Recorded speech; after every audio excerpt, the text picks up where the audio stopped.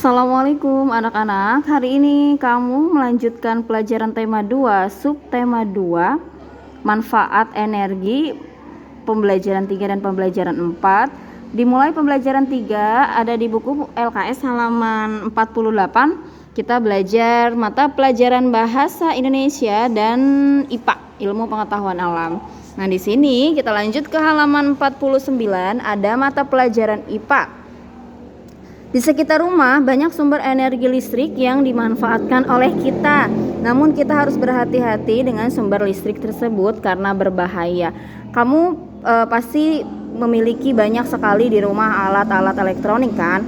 Nah, alat elektronik itu adalah alat-alat yang menggunakan sumber energi listrik untuk bisa dinyalakan gitu. Nah, alat elektronik ini sangat-sangat penting karena bisa membantu aktivitas manusia dan sumber energi utamanya kan listrik. Nah, kita meskipun sumber energi listrik ini sangat-sangat bermanfaat untuk membantu aktivitas kita dalam kehidupan sehari-hari, tapi ternyata anak-anak, listrik ini juga memiliki bahayanya. Jadi lebih berbahaya. Kenapa? Karena listrik kalau kita tidak gunakan dengan baik akan mengakibatkan konsleting atau kita bisa terkena kesetrum listrik gitu. Biasanya kalau misalnya ketemu kabel setrikaan yang mengelupas, nah itu hati-hati karena bisa menyebabkan kamu atau kita yang memegang setrikaan itu akan kesetrum. Maka sebaiknya kabel setrikaan yang sudah terkelupas itu diganti dengan yang baru atau dilakban, pakai lakban putih ataupun lakban hitam. Juga anak-anak perlu diingat bahwa ketika kamu ingin menggunakan energi listrik di rumah, ingin menyalakan alat elektronik di rumah, pastikan tangan kamu dalam keadaan kering anak-anak ya, dalam keadaan kering sehingga kita tidak terkena aliran listrik langsung. Kalau tangan kita basah, maka akan menyebabkan kita bisa kesetrum. Atau juga kalau misalnya kabel alat elektronik dibiarkan terkelupas akan menyebabkan konsleting listrik sehingga bisa membahayakan bagi diri kita maupun bagi orang lain. Jadi pertama-tama untuk menghindari bahaya dari energi listrik, pertama, jangan main layang-layang di dekat tiang listrik. Jangan bersandar di depan tiang listrik. Kemudian juga pastikan tangan kamu kering ketika ingin menyalakan alat-alat elektronik. Kemudian setelah menyalakan alat elektronik, misalnya kipas angin, kalau sudah tidak digunakan harap dilepas gitu. Itu untuk menghindari adanya kesetrum dan adanya konsleting listrik. Begitu ya anak-anak. Selanjutnya di halaman 50 ada mata pelajaran bahasa Indonesia. Ini khususnya tentang teks petunjuk ya anak-anak. Ini adalah teks petunjuk. Teks petunjuk adalah teks yang berisi panduan atau petunjuk cara menggunakan atau membuat sesuatu gitu. Contohnya di halaman 50 ini ada teks petunjuk tentang menyalakan kipas angin. Teks petunjuk ini biasanya ditulis dengan kalimat perintah. Kalimat perintah itu artinya kalimat nyuruh gitu ya. Kalau bahasa kitanya kalimat nyuruh, contohnya nih ada langkah-langkahnya seperti sambungkan.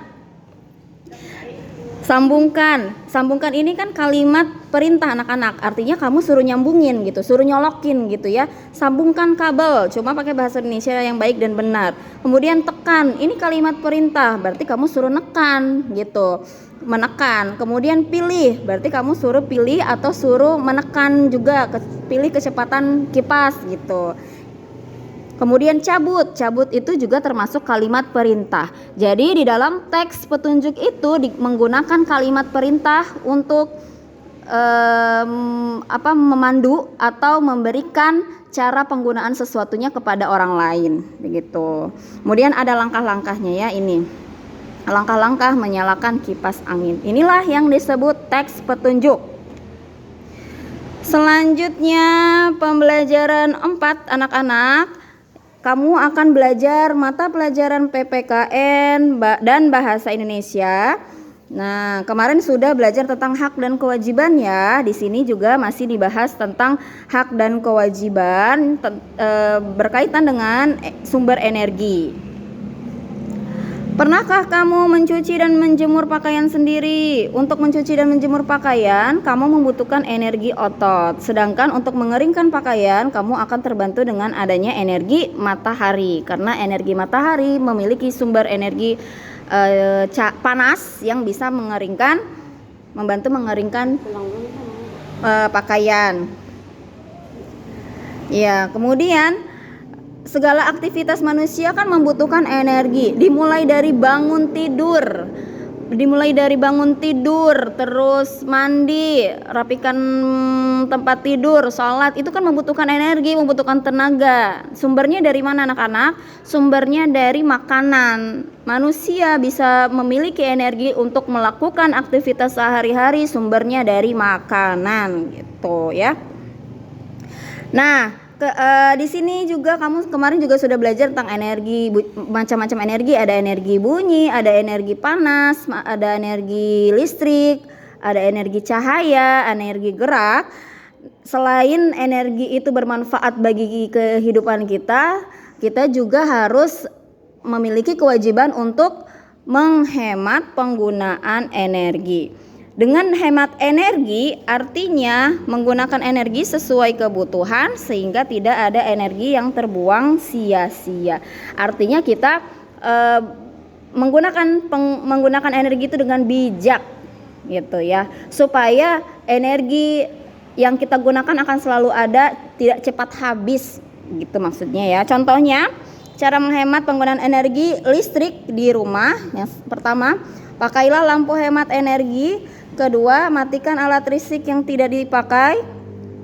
Kebiasaan kita itu kalau setelah menggunakan kipas angin misalnya, kita cuma mematikan tombol kipas anginnya saja, tapi itunya colokannya tidak dicabut, kabel listriknya itu nggak dicabut. Padahal sebenarnya itu juga kalau masih nyala terus akan memakan biaya listrik yang lumayan, sehingga sebaiknya kalau sudah menggunakan alat elektronik yang menggunakan listrik, selain ditekan tombol off, cabut juga colokan kabel listriknya ya, supaya bisa menghemat energi listrik. Kemudian gunakan energi listrik lebih efisien. Keempat, ikuti saran penggunaan alat listrik secara hemat. Kelima, pilih alat elektronik yang memiliki fitur hemat energi. Buka jendela dan gorden di siang hari untuk masuknya cahaya. Kemudian gunakan tangki penampung air, gunakan alat elektronik dengan kapasitas secukupnya, kurangi penggunaan alat listrik. Di halaman 52 ini ada gambar. Gambar ini dibuat dalam bentuk poster. Anak-anak ini namanya poster. Poster hemat energi yang berupa air. Judulnya 3 langkah hemat air di rumah. Poster adalah plakat informasi yang tujuannya untuk menghimbau atau memperingati khalayak umum orang lain gitu. Memperingati apa? Ya kalau di sini kan posternya hemat air di rumah, berarti untuk menghimbau supaya orang-orang lebih bisa hemat air di rumah gitu. Tujuan biasanya poster itu dipasang di tempat-tempat umum atau di tempat-tempat ramai, karena lebih mudah dilihat kan kalau tempat ramai. Kalau di tempat sepi siapa yang mau lihat, siapa yang mau diperingati gitu. Kalau di tempat ramai kan banyak orang lalu lalang, misalnya di pasar gitu. Itu biasanya poster ini dipasang di situ, di pasar, di tempat-tempat umum gitu, supaya memperingati orang tersebut untuk lebih berhemat. Contohnya di sini ada poster, kemudian poster ini tujuannya untuk menghimbau atau memperingatkan seseorang dalam melakukan sesuatu ya. Tulis informasi yang kamu dapatkan dari poster tersebut. Informasi itu berarti sesuatu yang kita dapatkan yang bisa kita lihat di poster itu. Informasi bisa contohnya seperti ini. Kan kita disuruh melakukan hemat air di rumah. Bagaimana caranya? Informasinya ya berarti pertama matikan kerat saat sikat gigi. Ini termasuk informasi gitu. Kemudian yang kedua, gunakan material ramah lingkungan gitu. Ini disebut informasi dari poster ini, poster hemat air. Yang kedua, pesan apa yang ingin disampaikan dalam poster tersebut. Jadi yang namanya poster itu kan imbauan atau peringatan kepada orang, mengajak orang lain untuk berhemat misalnya. Maka poster itu memiliki pesan atau amanat yang ingin disampaikan kepada halayak umum. Kalau di sini hemat air di rumah berarti pesannya adalah kita mengajak kita untuk bisa berhemat air di rumah. Itu pesan pentingnya. Kemudian kalau poster itu kalimatnya kalimat mengajak, ayo gitu. Ayo kita hemat energi. Nah, itulah yang disebut poster dengan kalimat mengajak. Kalau teks petunjuk kan kalimatnya perintah, sambungkan, tekan, cabut gitu. Kalau poster kalimatnya mengajak. Jika energi yang kita gunakan lebih sedikit, maka akan menghemat biaya yang kita keluarkan dan menjadikan bumi kita lebih ramah lingkungan ya.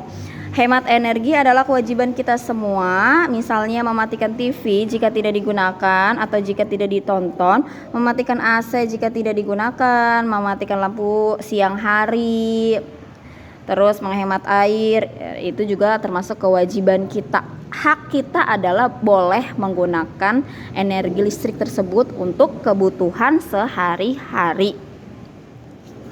Nah, hak dan kewajiban kita terhadap energi air, terhadap energi listrik ini harus dilakukan secara seimbang.